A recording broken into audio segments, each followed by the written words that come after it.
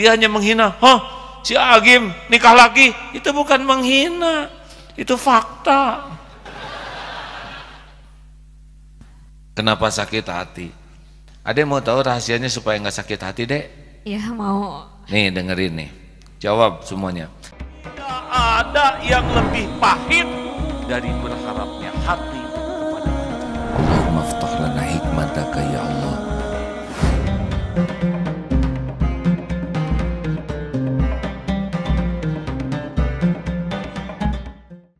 Assalamualaikum warahmatullahi wabarakatuh.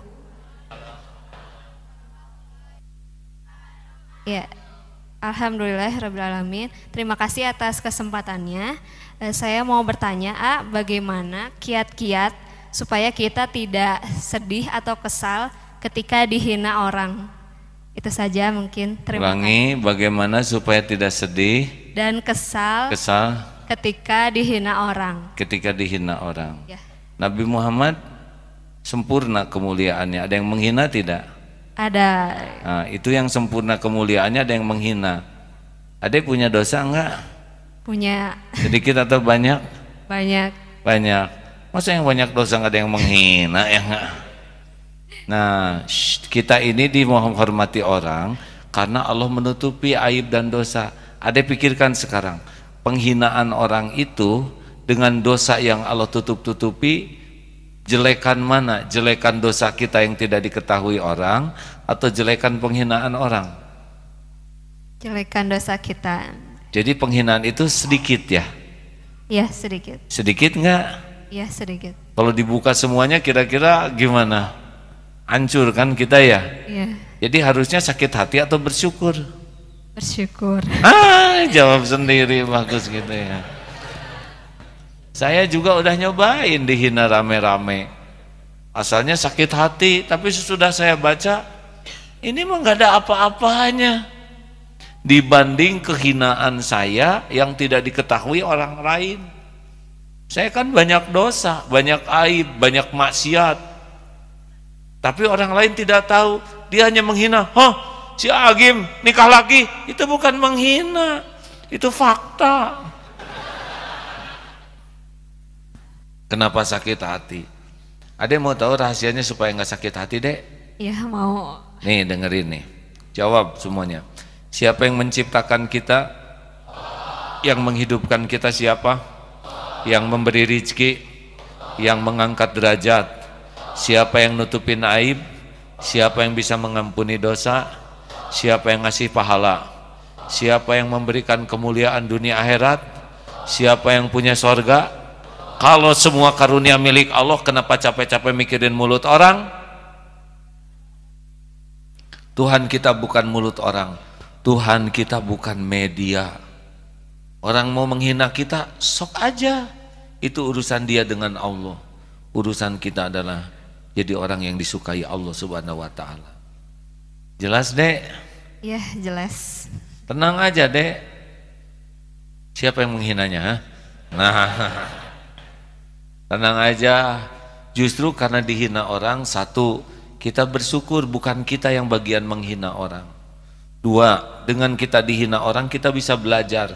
Ternyata perilaku menghina itu perilaku buruk. Saya tidak mau melakukan perbuatan yang sama.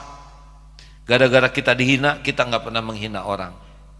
Tiga, dengan dihina orang kita punya ladang melatih kesabaran kita. Empat, dengan dihina orang kita bisa infabillati hiya ahsan, tolak keburukan dengan cara yang lebih baik. Dengan dihina orang berguguran dosa, dengan dihina orang meningkat pahala. Tidak ada ruginya kalau kita benar.